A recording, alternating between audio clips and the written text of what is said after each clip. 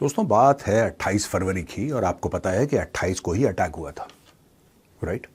यहाँ पे लोग मस्जिद से आए नमाज अदा करने के बाद, और एक ऐप है ईरान में बड़ा पॉपुलर है, बड़ा फेमस है।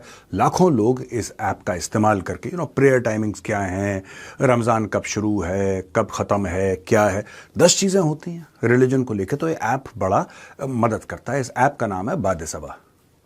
तो बाद सबा ऐप सब लोगों ने डाउनलोड किया था, तो उससे नोटिफिकेशन आते हैं, जैसे कि यहाँ पे ये मस्जिद है, यहाँ पे ये नमाज का वक्त है, ये सब। तो ये सारी की सारी रिलीजियस इंफॉर्मेशन उसके अंदर आती है। तो दोस्तों जैसे ही लोग निकले, घरों से निकले, मस्जिदों से निकले, तो अचानक ऐप पे एक नोटिफिकेशन आता है कि खड़े हो जाओ जुल्म के खिलाफ। लोग देख रहे हैं, एक के बाद एक के बाद एक के बाद एक नोटिफिकेशन आ रहा है, मदद पहुंचने वाली है, help is on the way, help has arrived, fight against tyranny, जुल्म के खिलाफ खड़े हो जाओ। ये सारे के सारे मैसेजेस आते हैं और कुछ मिनट के बाद तेहरान पे बमबारी शुरू हो जाती है। दोस्तों ये दिखाता है किस तरीके से साइबर वॉरफेयर अब इतना आगे बढ़ चुका है। दोस्तों 2 खबरें हैं आज के कैप्सूल में। पहली खबर तो यह है कि साइबर वॉरफेयर, हैक करना, दूसरे के सिस्टम्स को हैक करना। यहां पे पाकिस्तान के अंदर किसी ने जियो टीवी को हैक कर दिया, ARY को हैक कर दिया, उनकी वेबसाइट को हैक कर दिया और ये बोला कि भाई पाकिस्तानी फौज है, वो अपने मकसद के लिए आपको मरवा रही है, गलत काम कर रही है, पाकिस्तान का सौदा कर रही है, खड़े हो जाओ। वही मैसेजेस एक तरीके से जो बाद सबा ऐप पे ईरान पे आए थे, वही पाकिस्तान के अंदर पाकिस्तानी बड़े बड़े मीडिया प्लेटफॉर्म, जियो टीवी बहुत बड़ा नाम है, ARY बहुत बड़ा नाम है पाकिस्तान के अंदर, उनकी वेबसाइट्स को हैक करके यही मैसेजेस वहां पे अपीयर करने लगे। अब पाकिस्तानी कह रहा है कि इंडिया ने करा है, ये यहूदियों की और हिंदुओं की साजिश है, ऐसा बोल रहा है। क्योंकि अब मेमोरी ताजा है दोस्तों, हाल फिलहाल तो हुआ है कि पूरे ईरान के अंदर इस ऐप के थ्रू ये मैसेजेस हैं।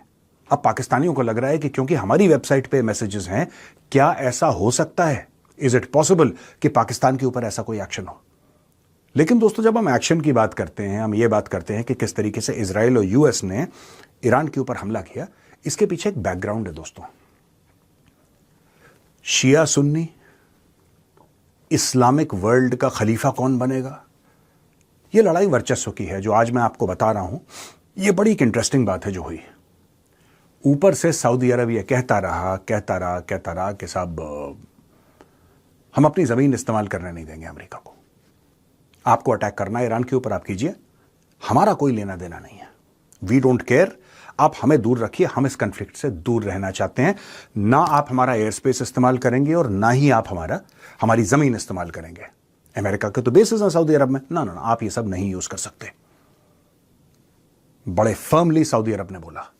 लेकिन चुपचाप मोहम्मद बिन सलमान, डोनाल्ड ट्रंप फोन पे, और कहते हैं कि कुछ महीनों में कई बार, मल्टीपल टाइम्स, प्रिंस मोहम्मद बिन सलमान ने डोनाल्ड ट्रंप को फोन किया और पता है एक बात समझाई डोनाल्ड ट्रंप को, एक बात ध्यान रखना प्रेसिडेंट ट्रंप, जो तुमने पिछली बार हमला करा था मिडनाइट हैमर के नाम से, और जो इजरायलियों ने हमला करा था राइजिंग लायन के नाम से, ये तुमने आधा अधूरा छोड़ दिया, तुमने अपना काम पूरा नहीं किया।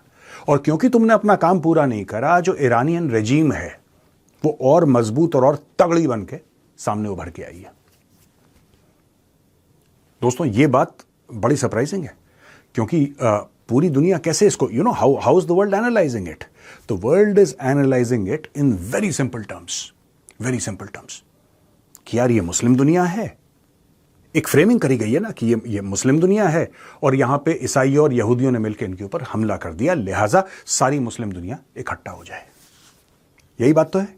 अब आप एक बात और नोट करिए छोटी सी, आपने सऊदी अरब में देखा कोई प्रोटेस्ट, भारत में हो रही है, भारत में प्रोटेस्ट हो रही है, पाकिस्तान में प्रोटेस्ट, सऊदी अरब में देखा आपने प्रोटेस्ट नहीं। थोड़ी बहुत इराक में हुई है, क्योंकि Iraq is also actually Shia majority, Iraq जो है वो सुन्नी मेजोरिटी नहीं है, इराक शिया मेजोरिटी इलाका है, तो वहां पे थोड़ी सी हो रही है, वो बात समझ में आती है। लेकिन जिस तरीके से पाकिस्तान के अंदर कॉन्सुलेट के अंदर हमले हो गए, दे अटैक द कॉन्सुलेट, या फिर जैसे भारत में लोग सड़क पे आ रहे हैं, खमेनेई को मार दिया, बहुत बड़ा लीडर था और हम इसका बदला लेंगे वगैरह।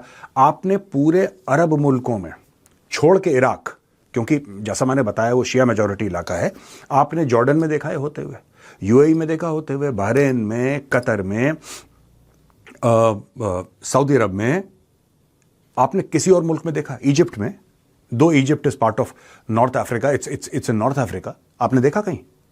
नहीं। क्यों दोस्तों? क्योंकि आपस में शदीद नफरत है। तो अब मैं आपको यह बता रहा हूं दोस्तों किस तरीके से सऊदी अरब के क्राउन प्रिंस मोहम्मद बिन सलमान ने बेंजामिन नेतन्याहू को और डोनाल्ड ट्रंप को कन्विंस किया कि हमला करो ईरान के ऊपर, और ये बोला कि पिछली बार जो तुमने हमला किया था तुमने अपना काम आधा छोड़ा है, ये और मजबूत बन गए। अब आप बोलेंगे साहब ये क्यों करेगा ऐसा, इसका क्या लेना देना? दोस्तों यही बात है, इस्लामी दुनिया का वर्चस्व, इस्लामी दुनिया का लीडर कौन बनेगा, खलीफा कौन बनेगा, किसको बेताज बादशाह माना जाएगा, इस्लामी दुनिया का लड़ाई इसकी है। और ये जो शिया सुन्नी वाला मामला है, शिया सुन्नी वाला मामला है दोस्तों, ये भी वहीं से शुरू होता है। इसमें कई सारी चीजें और बीच में हुई हैं, लेकिन शुरुआत वहीं पे है कि जब प्रॉफिट मोहम्मद की डेथ हुई थी तो उन्होंने अपना सक्सेसर नेम नहीं करा कि मेरे बाद कौन, who will lead the Muslims after my death, he did not name a successor.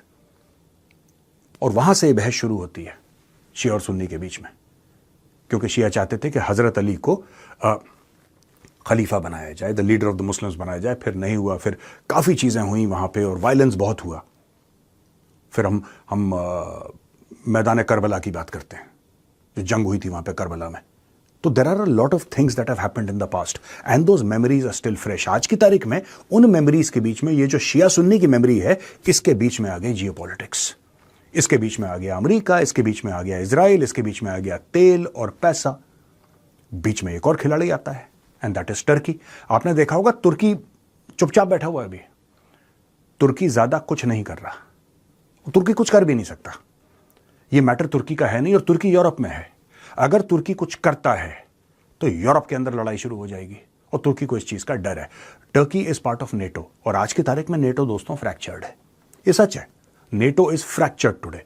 तो जिस तरीके से हम देखें कि सऊदी अरब कह रहा है हमला कर दो, सऊदी अरब ये कह रहा है हमला कर दो, अटैक ईरान, वो इजराइल से कह रहा है, वो डोनाल्ड ट्रंप से कह रहा है हमला करो, और ऊपर ही ऊपर सऊदी अरेबिया ये कह रहा है ना ना ना यार ना, ये मत करना, तुम अटैक मत करना, क्योंकि फसाद हो जाएगा और इस्लामी दुनिया में आग लग जाएगी। और ये खुद इस्लामी दुनिया में ये लोग आग, अब इनके साथ कौन मिला है? और जबकि सऊदी अरब और कतर की नहीं बनती है आपस में, क्या इसमें कतर भी शामिल है?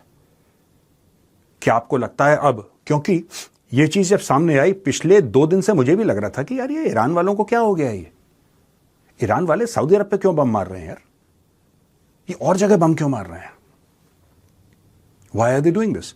अब पता लग रहा है धीरे धीरे धीरे कि साहब ये साजिश जो थी वो बहुत मैं ईरान को सही नहीं ठहरा रहा, मैं ये नहीं कह रहा कि ईरान सही कर रहा है या गलत कर रहा है, no, all I am saying is that ये जो पूरी जंग है जो इस वक्त चल रही है, उसमें सिर्फ अमेरिका और इजराइल शामिल नहीं है, उसमें अरब दुनिया के जो बड़े बड़े मुल्क हैं, पावरफुल मुल्क हैं, वो भी शामिल हैं, क्योंकि वो भी इनके साथ मिलकर यही चाहते थे कि ईरान के ऊपर हमला हो।